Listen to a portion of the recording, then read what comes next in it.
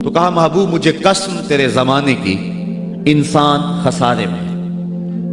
اب انسان تو خسارہ ماننے کو تیار نہیں ہے۔ وہ کہتا میں تو خسارے میں نہیں ہوں، میں تو ہواؤں کے دوش پہ اڑتا ہوں، میں تو کائنات کو نخچیر بنایا ہوا ہے، زمانہ میرا باج گزار ہے، ستاروں پہ کمندے میں ڈال چکا ہوں، میں اپنی زندگی کو آسائشوں سے بھر لیا ہوا ہے۔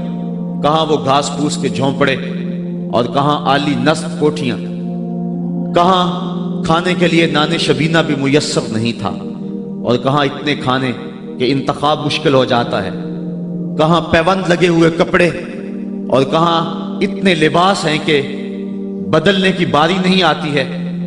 تو میں تو خسارے میں نہیں ہوں، میں تو ہواؤں کے دوش پہ اڑتا ہوں، میں تو سمندر کی تہوں میں اتر جاتا ہوں، میں تو پوری دنیا کو گلوبل ولیج بنا لیا ہوا ہے، میں تو کائنات کا سارا حسن کشید کر لیا ہے، میں تو خسارے میں نہیں ہوں۔ اللہ کہتا ہے محبوب مجھے قسم تیرے زمانے کی، یہ خسارے میں ہے، یہ خسارہ ماننے کو تیار نہیں، اور اللہ کہتا ہے محبوب مجھے تیرے زمانے کی قسم، یہ خسارے میں ہے۔ تو امام راضی فرماتے ہیں، آپ فرماتے ہیں جو خسارہ ہے یہ انسانیت کا ہے۔ اگر یہ ہواؤں کے دوش پہ اڑتا ہے تو یہ انسان کا کمال نہیں ہے، یہ تو چڑیا بھی اڑتی ہے، یہ تو مکھی بھی اڑتی ہے، اگر یہ پانی میں تیرتا ہے تو یہ تو مچھلی بھی تیرتی ہے، اگر اس نے آسائشیں اور سہولتیں اپنے لیے تلاش کر لی ہیں تو وہ تو دوسری مخلوقات کو بھی حاصل ہے۔ تو انسان کا خسارہ ہے، انسان کا یہ جو عروج جس کی یہ کہانی سنا رہے یہ حیوانیت کا عروج ہے، اس کی انسانیت کہاں گئی؟ ہواؤں کے دوش پہ تو اڑتا ہے لیکن من کی دنیا سے تو ناآشنا ہے، یہ ستاروں پہ کمندے تو ڈال رہا ہے، ہمسائے کی تو خبر نہیں سے کو، یہ دنیا کے اوپر بڑا باخبر شخص ہے لیکن اسے جو ہے وہ اپنے من کی خبر بھی نہیں ہے۔ ہمارا نرم رو قاصد پیام زندگی لایا، خبر دیتی تھی جن کو بجلیاں وہ بے خبر نکلے۔ یہ تو من سے ناآشنا ہے، کہاں گئی اس کی انسانیت؟ یہ ہواؤں میں اڑتا ہے، اگر چاند کی چھاتی پہ قدم رکھ چکا ہے وہاں سے خاک لا کے دکھاتا پھرتا ہے کہ یہ میں نے جو چاند سے خاک جو ہے وہ اکٹھی کی تھی اور یہ دیکھو میں تمہارے سامنے رکھ رہا ہوں۔ تو زمین پہ پہلے تھوڑا بوجھ تھا کہ اور خاک لے آیا، انسانیت کو اس کا کیا فائدہ ہوا؟ یہ انسانیت کا عروج نہیں ہے، انسان تو خسارے میں ہے، انسانیت تو ڈوب رہی ہے۔ گھر کی آگ بجھی تو کچھ سامان بچا تھا جلنے سے، سو وہ بھی ان کے ہاتھ لگا جو آگ بجھانے آئے تھے۔ اس کی انسانیت کہاں گئی؟ یہ بھائی ہو کے بھائی کا گلا نہیں کاٹ رہا، کہاں گئی اس کی انسانیت؟ کہا محبوب مجھے قسم ہے تیرے زمانے کی، یہ خسارے میں ہے۔ اور قسم محبوب کے زمانے کی اس لیے فرمائی کہ محبوب کے زمانے میں انسان عروج پہ تھا، انسان نقطہ کمال پہ تھا۔ اس دور کا انسان دیکھنا ہو تو ابو بکر و عمر کو دیکھو۔ تو کہا محبوب مجھے قسم تیرے زمانے کی، یہ انسان خسارے میں، اگرچہ یہ ہواؤں کے دوش پہ اڑتا ہے لیکن اس کی انسانیت لٹ چکی ہے۔ اور اگر اس نے انسان دیکھنا ہے تو محبوب آئے تیرے دور میں۔ یہ تو بھائی بھائی کا گلا کاٹ رہے ہیں، خون سفید ہو گیا، ایکسیڈنٹ میں جو بچ جاتے ہیں وہ مرنے والوں کی گھڑیاں اتارتے ہیں، اس کی تو حالت انسانی جو ہے وہ برباد ہو چکی ہے، لیکن حسن دیکھنا ہے انسانیت کا تو آئے تیرے دور میں۔ جب ایک شخص زخموں سے چور تڑپ رہا ہے اور کہتا ہے العطش، ہائے مجھے پیاس لگی ہے، ایک بندہ کہیں سے پانی کا پیالہ لیے اس کی پیاس بجھانے کے لیے آگے بڑھتا ہے اور اس کو پانی دیتا ہے اور وہ بھی ہونٹوں تک لے آتا ہے کہ دوسری طرف سے آواز آتی ہے العطش، تو یہ پیالہ اسی وقت پیچھے کر دیتا ہے اور کہتا ہے میرے بھائی کو شاید زیادہ پیاس لگی ہے، پہلے اسے دے دو مجھے بعد میں دینا۔ اور یہ جب اس کے پاس جاتا ہے اور وہ پانی پینے لگتا ہے تو تیسری جگہ سے آواز آتی ہے، یہ اسے پانی دیتا ہے تو چوتھی جگہ سے آواز آتی ہے، حتیٰ کہ 7 اشخاص کے پاس پانی لے کے جاتا ہے اور ہر ایک آگے ترجیح دیتا ہے، اور جب وہ 7ویں شخص کے پاس پہنچتا ہے تو پہلے کے کراہنے کی آواز بڑھ جاتی ہے، یہ کہتا ہے پیچھے بھاگ پہلے اسے پانی دے، اور جب یہ پلٹ کے آتا ہے تو اس کی روح پرواز کر جاتی ہے، پھر دوسرے کے پاس جاتا ہے تو اس کی روح پرواز کر جاتی ہے۔ پانی کا ایک پیالہ اور 7 آدمی زندگی اور موت کی کشمکش میں، نزع کا عالم، اور ایک دوسرے کو ترجیح دے رہے ہیں۔ کہا یہ تھا حسن انسانیت کا۔ محبوب جو تیرے زمانے میں تھا، مجھے قسم تیرے زمانے کی، یہ انسان خسارے میں ہے۔ اگر خسارے سے بچنا ہے تو دامن محمد کا تھامنا ہو۔ الا الذین آمنوا کا بیان اس پہ گواہی دے رہا ہے۔ تو یہ انسان کا خسارہ ہے۔ انسانیت کا خسارہ ہے۔ شیخ زادہ نے بیضاوی کے حاشیے میں ایک اور خسارے کا پہلو بیان کیا حضرت علی المرتضیٰ رضی اللہ تعالی عنہ سے۔ آپ فرماتے ہیں خسارہ یہ ہے، یہ انسان کی جو سانسیں ہیں، ہم لمحہ لمحہ سمجھتے ہیں کہ ہم بڑے ہو رہے ہیں لیکن ہم موت کے قریب ہو رہے ہیں۔ یہ سانسیں موت کی طرف بڑھنے والے قدم ہیں۔ تو یہ ہے انسان کا خسارہ جو اپنی سانسوں کے ذریعے کر رہا ہے۔ امام رازی لکھتے ہیں کہ ایک شخص پھٹے پہ رکھ کے برف بیچ رہا تھا، اور ایک بزرگ کہتے ہیں کہ مجھے ان الانسان لفی خسر کا ترجمہ سمجھ میں نہیں آتا۔ جب اللہ کرم نوازی فرمانے لگے تو پھر ہدایت کے سامان اس کے لیے بنتے چلے جاتے ہیں، اور جب کسی کی بہتری کا اللہ ارادہ نہ کرے تو اسے قرآن سے بھی ہدایت نہیں ملتی ہے۔ تو وہ کہتے ہیں میں گیا بازار میں، سمرقند کا بازار تھا، وہاں ایک آدمی پھٹے پہ رکھ کے برف بیچ رہا تھا، اور آواز کیا لگا رہا تھا، توجہ چاہوں گا، کہہ رہا تھا ارحموا من یذوب راس مالہ، اور میرے پہ رحم کرو، مجھ سے برف لے لو۔ اگر تم نے برف خریدنے میں دیر کر دی تو میں کمائی کیا کرنی ہے، جو میں نے پیسے لگائے ہیں وہ بھی میرے لٹ جائیں گے، میرا راس المال بھی برباد ہو جائے گا، کیونکہ برف ایسا سودا ہے کہ اگر گاہک وقت پہ نہ پہنچے تو نقصان ہو جاتا ہے۔ کوئی اور چیز ہے، آج نہیں بکی تو کل بیچ لیں گے، کل نہیں تو پرسوں بیچ لیں گے، لیکن برف کا اگر گاہک وقت پہ نہ آیا تو کمائی کیا کرنی ہے، راس المال بھی لٹ جائے گا۔ تو وہ جانے والوں کو کہہ رہا تھا ارحموا من یذوب راس مالہ، اور میرے پہ رحم کرو، مجھ سے برف لے لو، اگر تم نے دیر کر دی تو میرا اثاثہ بھی لٹ جائے گا، میرا راس المال بھی برباد ہو جائے گا۔ تو وہ بزرگ فرماتے ہیں جب اس نے یہ بات کہی تو مجھے ان الانسان لفی خسر کا ترجمہ سمجھ میں آ گیا۔ میں نے کہا کہ ہم بھی اپنے سانسوں کی برف کو پگھلا رہے ہیں، اور قطرہ قطرہ جس طرح برف پگھلتی ہے، سانس سانس کر کے زندگی پگھل رہی ہے۔ اگر جلدی جلدی ان سانسوں کے بدلے میں نیکیاں لے لیتے ہیں تو یہ زندگی بچ جائے گی، ورنہ یہ زندگی برف کی طرح پگھل رہی ہے۔ ان الانسان لفی خسر، انسان خسارے کا سودا کر رہا ہے، لمحہ لمحہ موت کے قریب ہو رہا ہے۔ یہ سمجھ رہا ہے میں بڑا ہو رہا ہوں لیکن یہ چھوٹا ہو رہا ہے۔ جب گنتی الٹی شروع ہو جائے تو کام جلدی زیرو پر آ جاتا ہے، کسی کی 60 سے، کسی کی 70 سے، کسی کی 100 سے گنتی الٹی شروع ہے، اور لمحہ لمحہ ہم موت کی طرف بڑھ رہے ہیں۔ یہ انسانیت کا خسارہ ہے۔ ایک مفسر ہوا تبا تبائی ہے، تو ویسے ڈاماڈول لیکن بات بڑی پتے کی لکھ گیا۔ وہ کہتا ہے خسارے کا ایک اور پہلو بھی ہے، اور اس پہ میں آپ کی تھوڑی سی توجہ بھی چاہوں گا۔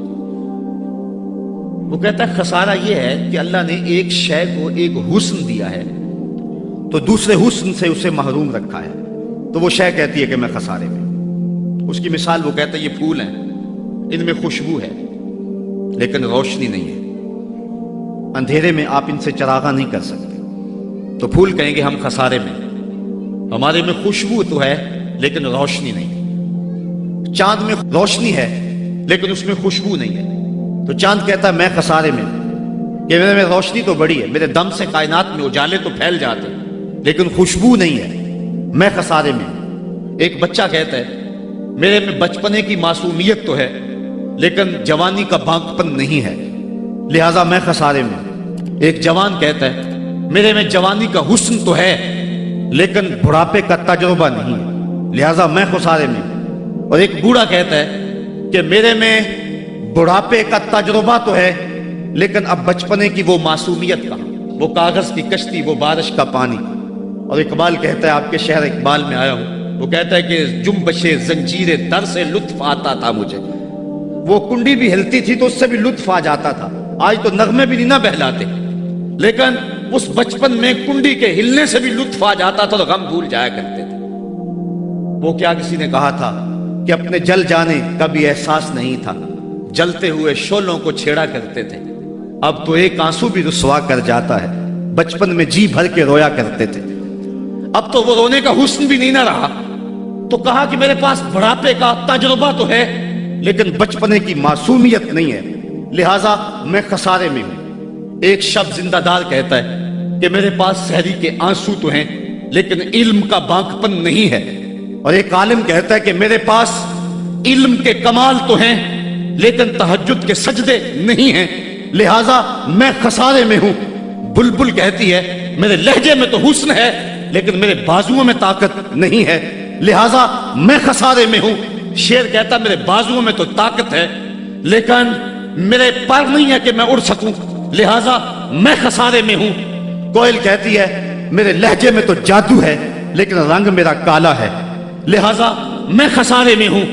مور کہتا ہے میرے پروں میں تو حسن ہے لیکن میرے پاؤں بدصورت ہیں، لہذا میں خسارے میں ہوں۔ تو وہ کہتا ہے کہ کائنات کی ہر شے کسی نہ کسی طرح خسارے میں ہے، لیکن پھر کہتا ہے اگر تمہیں شوق ہو کہ ایک ذات ایسی بھی دیکھیں جس میں خسارہ نہ ہو تو آؤ مدینے کی گلی میں آ جاؤ۔ حسن کی ساری شوخیاں، جمال کے سارے کریمے اور حسن کا سارا بھاگ پن اگر ایک ذات میں دیکھنے کا شوق آ جائے، حسن یوسف دم عیسیٰ ید بیضا داری، ہما دارند آنچ خوباں تو تنہا داری۔ کائنات حسن جب پھیلی تو لا محدود تھی اور جب سمٹی تو تیرا نام بن کے رہ گیا۔ اگر یہ شوق ہو کہ کائنات کے سارے حسن ایک پیکر میں دیکھیں تو کہا اس کے لیے میں نے ایک محمد ہی بنا دیا ہے۔ سارے حسن ایک پیکر میں آپ کو ملیں گے، سارے کمال اور سارے جمال اور سارے عروج اور ساری عزتیں اور سارے مراتب آپ کو ایک ذات میں جمع ملیں گے، اور محمد ہوتا ہی وہ ہے جو مجمع کمالات ہو۔ تو کہا کہ یہ ہے ایک خسارے کا پہلو، اور کائنات میں ایک ہی شخص ہے جو خسارے سے بچا ہوا ہے۔ اب جو اس ذات سے وابستہ ہوگا وہ بھی خسارے سے بچ جائے گا۔ الا الذین آمنوا، جس کے ہاتھ میں یہ دامن ہو وہ خسارے سے بچ جائے گا، ورنہ خسارے سے کوئی بچ نہیں سکتا۔ نہ دولت بچا سکتی ہے، نہ اقتدار کی بچھی ہوئی مسندیں خسارے سے بچا سکتی ہیں، نہ کوئی اور انسان کو دنیاوی کمال خسارے سے بچا سکتا ہے۔ اگر خسارے سے بچنا ہے تو ہاتھوں میں دامن مصطفیٰ لینا ہوگا۔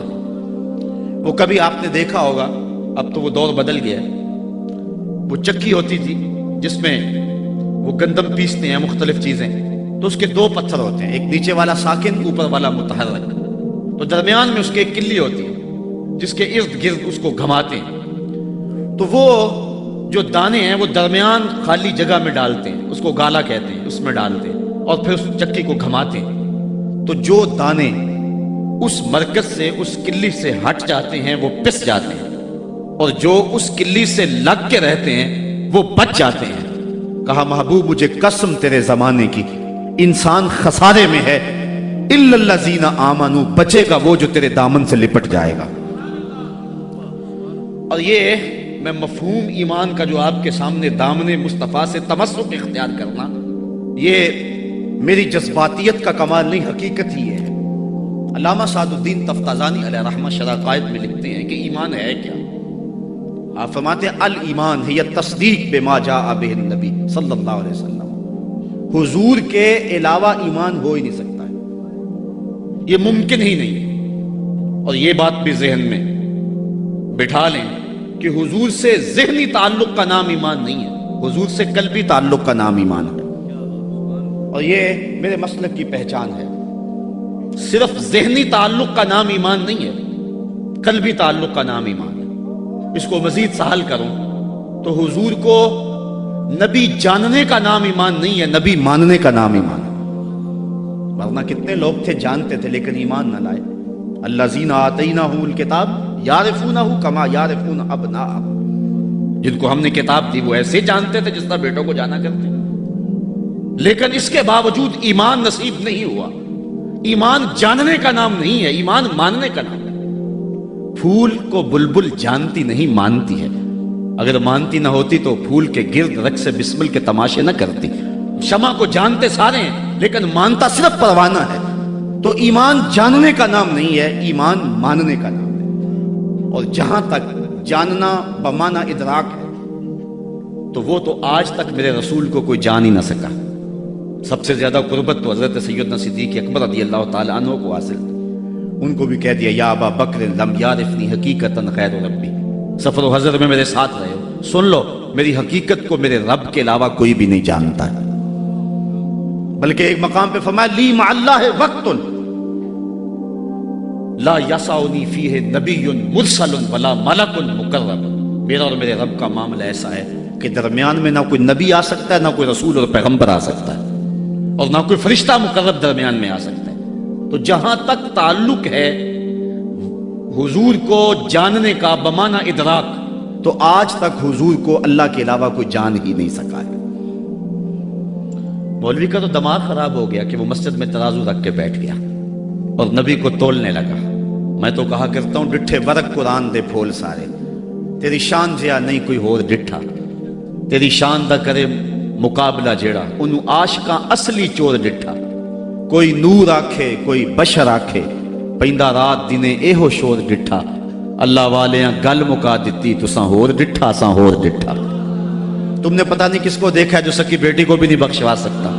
لاہور قصر نور میں ایک شخص، آپ بھی سارے جانتے ہیں، میرا نام لینے کا مزاج نہیں ہے، ٹیلی ویژن پہ بھی وہ چیختا ہے، تو وہ کہنے لگا کہ نبی تو سکی بیٹی کو بھی نہیں بخشوا سکتا۔ تو میں نے بعد میں اٹھ کے کہا، میں نے کہا لوگوں آج تو لوگ اسے ووٹ نہیں دیتے جو تھانے سے نہ چھڑا سکے۔ سنبھلتا نہیں جن سے اپنا دوپٹہ، سنبھالیں گے کیا وہ کلیجہ کسی کا۔ جو تھانے سے نہ چھڑا سکے لوگ اسے ووٹ نہیں دیتے، اور جو اپنی بیٹی کو بھی نہ بخشوا سکے پھر کلمہ پڑھنے کا فائدہ کیا؟ جو افراد خانہ کی بگڑی بھی نہیں بنا سکتا، جو سکی بیٹی کو بھی نہیں بخشوا سکتا۔ میں نے کہا میاں تم اس کی بات کرتے ہو جو سکی بیٹی کو بخشوا نہیں سکتا، ہم تو اس کے قصیدے پڑھتے ہیں جس نے کہا فاطمہ تو جنتی عورتوں کی سردار ہے۔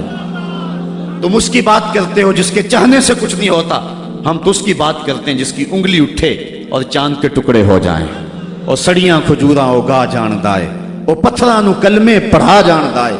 قطرے کو سمندر ذرے کو ستارہ کرتے ہیں، کونین کو خم آ جاتا ہے جب زلف سنوارا کرتے ہیں۔ ہم تو اس نبی کو ماننے اور جاننے والے ہیں۔ می وریا کستوریاں دا جدو یار نچوڑیاں زلفاں، می وریا کستوریاں دا جدو یار نچوڑیاں زلفاں، تے قبلہ دے بنیا سائم جدے یار نے موڑیاں زلفاں۔ وہ تو رخ پھیر دے تو خدا قبلے نہیں بدل دیتا۔ لوگ کہتے ہیں چاہنے سے کچھ نہیں ہوتا، میں کہتا ہوں ساری دنیا ہی مصطفیٰ کی چاہت پہ ہے۔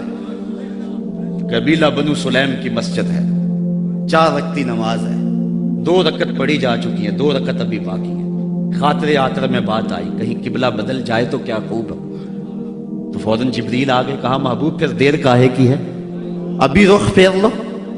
اب جن لوگوں نے مسجد قبلہ تین دیکھی ہے کہ پہلا قبلہ بالکل شمال میں اور موجودہ قبلہ بالکل جنوب میں، اور صحابہ تو ذہنی طور پہ اس کے لیے تیار ہی نہیں ہے، تو بتا دیا جاتا کہ اگلی نماز ہم ادھر پڑھیں گے۔ یہ نماز کا وقت بدلنا ہو نا تو 1 دن پہلے بتانا پڑتا ہے، کل سے نماز ظہر 2:15 بجے پڑھیں گے۔ اگر اسی دن ایسا کر لیں تو لوگ کہیں گے کہ یہ امام تو سلیقہ ہی نہیں رکھتا ہے، ہم تو آئیں 2 بجے کے حساب سے اور اب 2:15 تک بیٹھے رہیں۔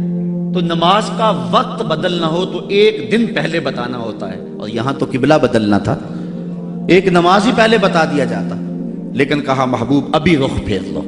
یا اللہ تیری نماز تو پوری ہو لے، کہا میری نماز بعد میں پوری ہوگی، پہلے تیری مرضی پوری ہوگی، پہلے تیری مرضی پوری ہوگی۔ می وریا کستوریاں دا یدو یار نچوڑیاں زلفاں، قبلہ دے بنیا سائم جدے یار نے موڑیاں زلفاں۔ وہ تو رخ بدل دے خدا قبلے بدل دیتا، ہم اس نبی کی بات کرتے ہیں۔ تو بات کر رہا تھا کہ ایمان جاننے کا نام نہیں ہے، ایمان ماننے کا نام ہے۔ ہی التصدیق بما جاء بہ النبی صلی اللہ علیہ وآلہ وسلم۔ ایمان کے بعد اب یہ بات بھی ذہن نشین کریں کہ اس دنیا پہ سب سے بڑی دولت مجھے اور آپ کو جو عطا کی گئی ہے وہ دولت ایمان ہے، سب سے بڑی دولت۔ اگر ایمان نہیں سب کچھ مل گیا، کچھ بھی نہیں ہے، اور اگر کوئی چیز پاس نہیں ہے لیکن ایمان کی دولت موجود ہے تو یہ سب سے بڑا حسن اور سب سے بڑی بہار۔ اقبال کہتا ہے کہ اقبال یہ کس کے عشق کا فیض عام ہے، رومی فنا ہوا حبشی کو دوام ہے۔ یہ وہ دولت تھی جس کے دم سے اجالے ہوئے دنیا پر سب سے بڑی دولت جو حضرت انسان کو دی گئی ہے وہ دولت ایمان ہے، اور قیامت کے دن سب سے بڑی دولت جو حضرت انسان کو دی جائے گی وہ دیدار الہی ہوگا۔ تو یہ سب سے بڑی دولت، اور یہ محض اللہ کی کرم نوازی سے نصیب ہوتی ہے۔ انسان کی زندگی کے اچھے اعمال بعض اوقات ایمان کے نصیب ہونے کا سبب بن جاتے ہیں، یہ کبھی کبھی ایسا ہوتا ہے لیکن ہوتی محض توفیق خدا بندی۔ اس کی مثال جس طرح المجاشی فرزدق شاعر کا دادا حضور کی خدمت میں حاضر ہوتا ہے اور آقا کریم کی خدمت میں حاضر ہو کر کے اسلام کی دولت سے مالا مال ہوتا ہے، اور پھر عرض کرتا ہے حضور میں نے اپنے زمانہ جاہلیت میں 360 بچیوں کو زندہ درگور ہونے سے بچایا، تو کیا مجھے اس نیک عمل کا جو زمانہ جاہلیت میں نے کیا اس کا کوئی صلہ ملے گا؟ چونکہ شاعر تھے اور شاید بڑا گداز اور نرم دل ہوتا ہے، وہ تو شاخ سے ٹوٹتے ہوئے پھول کو بھی برداشت نہیں کر سکتا۔ وہ کیا کہا تھا اقبال نے، دل نہیں شاعر کا ہے کیفیتوں کی رست خیز، کیا خبر تم کو درون سینہ کیا رکھتا ہوں میں، سچ اگر پوچھے تو افلا سے تخیل ہے وفا، دل میں ہر لہجہ نیا محشر بپا رکھتا ہوں میں، در غمے دیگر بسوز و دیگر آرا ہم بسوز، گفتبت روشن حدیث گر توانی دار ہوش، کہہ گئے ہیں شاعری جزویست از پیغمبری، ہاں سنا دے پڑھ کے ان کو پیغام سروش۔ امیر منائی نے غالباً کہا تھا کہ خنجر چلے ہم پہ، خنجر چلے کسی پہ ہم، اور تڑپے جو ہم امیر تو درد سارے جہاں کے ہمارے جگر میں۔ اور اقبال نے آنکھ سے تشبیہ دی شاعر کو ایک جگہ پہ، مبتلا درد ہو کوئی عزم روتی ہے آنکھ، کس قدر ہم درد سارے جسم کی ہوتی ہے آنکھ۔ تو جب کوئی ظالم باپ اپنی بیٹی کو زندہ درگور کرنے لگتا تو یہ کہتا کہ میں تڑپ اٹھتا، گابن اٹھنیاں دے کر کے اس بچی کی جان چھڑا لیتا۔ اس طرح میں نے 360 بچیوں کی جان چھڑائی، کیا زمانہ کفر میں کیے گئے میرے اس نیک عمل کی مجھے کوئی جزا ملے گی؟ تو حضور نے مسکرا کے فرمایا کہ تجھے اس کی جزا مل تو گئی ہے کہ اللہ نے تجھے ایمان عطا فرما دیا۔ تو کبھی ایسا ہوتا ہے، لیکن اگر ایمان نہیں ہے تو اعمال کی جزا نہیں ہے۔ اسی لیے الا الذین آمنوا وعملوا الصالحات، اعمال کی جزا بصورت ایمان اگر مل جائے تو مل جائے، اور اگر ایمان نہیں ہے تو پھر آخرت میں لا خلا کوئی حصہ نہیں ہے۔ الا الذین آمنوا وعملوا الصالحات، انسان خسارے میں ہے۔ خسارے سے بچے گا وہ جس کے دامن میں 4 چیزیں ہیں، ایک ایمان، اور دوسرا اعمال صالحہ۔ ایمان کی زینت ہے، ہمارے احناف کے نزدیک اعمال نفس ایمان میں داخل تو نہیں ہے کیونکہ وہ مجرد تصدیق قلبی کا نام ہے، لیکن ایمان کا حسن جو ہے وہ اعمال ہے۔ آج ہمارا حال یہی ہے کہ دعوی ایمان ہمارے پاس موجود ہے لیکن مسلمانوں والے اعمال ہمارے پاس نہیں ہے۔ تیرے صوفے ہیں فرنگی، تیرے کالی ہیں ایرانی، خون کے آنسو رلاتی ہے جوانوں کی تن آسانی، ہر کوئی مست مئے ذوق تن آسانی ہے، تم مسلمان ہو یہ انداز مسلمانی ہے، حیدری فقر ہے نئے دولت عثمانی ہے، تم کو اسلاف سے کیا نسبت روحانی ہے، وہ معزز تھے زمانے میں مسلمان ہو کر اور تم خار ہوئے ہو تارک قرآن ہو کر۔ آج ہم صرف دعوے کی حد تک ہیں۔ شکوے میں اقبال جب چیخ چیخ کے کہتا ہے کہ تیرے کعبے کو جبینوں سے بسایا ہم نے، نو انسانی کو غلامی سے چھڑایا ہم نے، صفائے داہر سے باطل کو مٹایا ہم نے، تیرے قرآن کو سینوں سے لگایا ہم نے، پھر بھی گلا ہے ہم سے کہ وفادار نہیں، ہم وفادار نہیں تو بھی تو دلدار نہیں۔ تو جب اس کا جواب آتا ہے تو سنیے، لہجہ تھوڑا سا بدلا، کہ میرے کعبے کو جبینوں سے بسایا کس نے، نو انسانی کو غلامی سے چھڑایا کس نے، صفائے دہر سے باطل کو مٹایا کس نے، میرے قرآن کو سینوں سے لگایا کس نے، تھے تو آباب تمہارے ہی مگر تم کیا ہو، ہاتھ پہ ہاتھ درے منتظر فردا ہو۔ ذرا کبھی اپنے اندر جھانک کر کے دیکھا کہ ہم ہیں کہاں اور کس جگہ پہ کھڑے ہوئے ہیں۔ آج ہم مسلمان ہونے کی بات کرتے ہیں لیکن کبھی دیکھیں کہ ہمارے عمل کی پوزیشن اور حالت کیا ہے، آج ہم کس جگہ پہ کھڑے ہوئے ہیں۔ لالو لکشمن پرشاد نے ایک کتاب لکھی عرب کا چاند، اور یہ ایک ہندو رائٹر ہے، اور اس میں اس نے حضور کی سیرت اتنے خوبصورت اور دل فریب پیرائے میں بیان کی کہ گویا سطروں کے اندر چراغ ہی رکھ دیے ہیں۔ تو کسی نے سوامی لکشمن پرشاد سے پوچھا کہ تو نے مسلمانوں کے نبی پر اتنی خوبصورت سیرت کی کتاب لکھی ہے، تو حضور کا غلام کیوں نہیں بن جاتا؟ تو جو اس نے جواب دیا، اگر ہم اس پہ تھوڑا سا تفکر کریں تو وہ ہماری آنکھیں کھول دینے کے لیے کافی ہے، لیکن اگر ہم اس پہ غور نہ کریں تو وہ ایک گاڑی ہمارے روڈ پہ چلتی ہے، اس کے پیچھے لکھا ہوا ہے عقل نہ ہو تو موجہ ہی موجہ۔ بات یہ ہے، بات سوچنے والوں کے لیے ہوتی ہے۔ تو سوامی نے جواب دیا تھا کہ جب میں نے حضور کی سیرت لکھنے کے لیے امہات کتب سیر کو پڑھا تو یہ جذبہ میرے سینے میں بھی گڑائیاں لینے لگا کہ میں اس نبی کا غلام کیوں نہیں بن جاتا، لیکن جب میں مسلمانوں کے کردار کو دیکھتا ہوں تو میں کہتا ہوں میں ہندو ہی ٹھیک ہوں۔ ہمارا کردار لوگوں کے ایمان کے راستے میں رکاوٹ بنا، اور ایک زمانہ تھا کہ ہماری میتیں بھی ایمان دیا کرتی تھی۔ امام محمد کا جب جنازہ اٹھا پورا بصرہ امڑ آیا. یہودی عیسائی کہنے لگے مسلمانوں کا امام جا رہا ہے اور اس کا آخری دیدار ہے، چلو تم بھی آخری دیدار میں شامل ہو جاؤ، جنازے میں شامل ہو جاؤ. لوگ ذوق و شوق کی فراوانی میں آگے بڑھ بڑھ کے جنازے کی چارپائی کو کندھا دے رہے تھے. تو اگر کسی عیسائی اور کسی یہودی کا جی چاہا کہ میں بھی مسلمانوں کے امام کے جنازے کی چارپائی کو کندھا دوں، تو ہمیں تاریخ بتاتی ہے پھر جس کا کندھا امام محمد کے جنازے کی چارپائی کو چھوا اس کے لبوں پہ کلمہ جاری ہو گیا. ہمارے بزرگوں کی تو لاشیں بھی کلمہ دیا کرتی تھی، اور آج ہماری زندہ لاشیں لوگوں کے ایمان کے راستے کے اندر رکاوٹ بنی ہوئی. ہم کبھی غور کریں، رو رہی ہے آج ایک ٹوٹی ہوئی مینا اسے، کل تلک گردش میں جس ساکی کے پیمانے رہے. خیر تو ساکی سہی لیکن پلائے گا کسے، اب نہ میں کش رہے باقی نہ میں خانے رہے. رو رہے ہیں آج وہ دشت جنو پرور جہاں رقص میں لیلا رہی، لیلا کے دیوانے رہے. وائے ناکامی متائے کارواں جاتا رہا، کارواں کے دل سے احساس زیاں جاتا رہا. جن انگاروں پہ اس وقت میں اور امت مسلمہ اور آپ کھڑے ہیں، کون اس سے بے خبر نہیں ہے؟ کابل میں کون لٹ رہا ہے؟ کندھار میں کس کی گردنیں کاٹی جا رہی ہیں؟ اور شبرغان کے اندر کس کے بالوں کو نوچ کر کے زخموں میں تیزاب چھڑکا جا رہا ہے؟ غزہ کی پٹی میں کس کے بچے ذبح کیے جا رہے ہیں؟ موصل میں ام احمد کس محمد بن قاسم کو پکار رہی ہے؟